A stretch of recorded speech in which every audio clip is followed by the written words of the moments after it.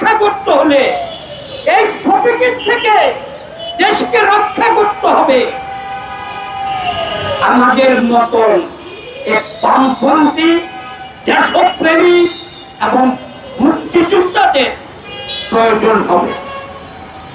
ওনারা হয়তো আমার নামটা বলতে বীর মুক্তিযুদ্ধটা ভুলে গেছেন। আমি আমার দলের নেতৃত্বে তখনকার দিনে কমরেড মোহাম্মদ তোহার নেতৃত্বে আমরা নোয়াখালীকে একটা অংশ তখন মুক্ত এলাকা রেখেছিলাম। আমরা সেই লড়াকবি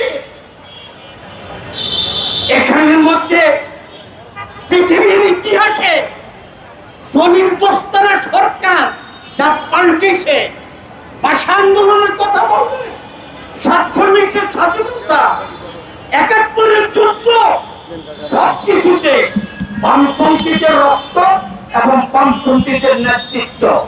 কাজে কাজে যারা একজন মসনদে আছেন, আমাদের প্রতি আপনাদের অন্তত একটু কড়া দৃষ্টি রেখে আগামী দিনের কথাবার্তা এবং দেশ চালানোর চেষ্টা করবেন, যেন আজকের এই কথার পরে আবারও প্রেস ক্লাবে আমাকে ঘুরে না আসতে হয়।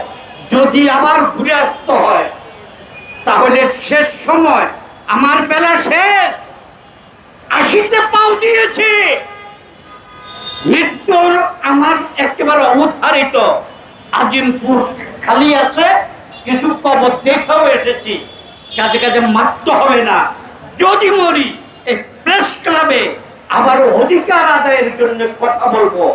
আর আরেকটা কথা বলি, আমাদের দেশে গ্রানির লাইন দেখছি।